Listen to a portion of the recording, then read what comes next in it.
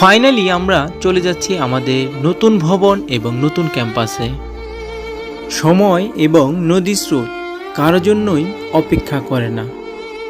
সময় তার নিজ গতিতে চলতে থাকে এবং নদীর স্রোতও তার নিজ গতিতে চলতে থাকে। বলছি নবদিগন্ত কিন্ডারগার্টেন স্কুলের কথা।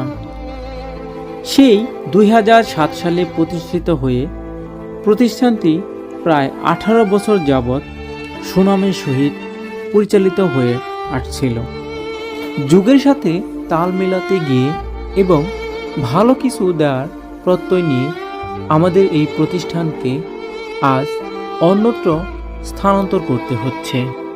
তাই যখন এই বিদ্যালয় থেকে সমস্ত জিনিসপত্র আমরা নতুন ক্যাম্পাস এবং নতুন ভবনে নিয়ে যাচ্ছিলাম, তখন যেন পেছনে সেই স্মৃতিগুলো বারবার মনে পড়ছে।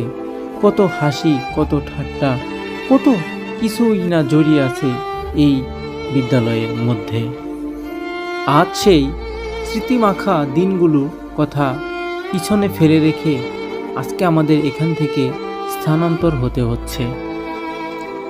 আপনারা জেনে খুশি হবেন যে আমাদের নতুন ভবন এবং নতুন ক্যাম্পাস যেখানে নির্মিত হয়েছে অত্যন্ত একটি সুন্দর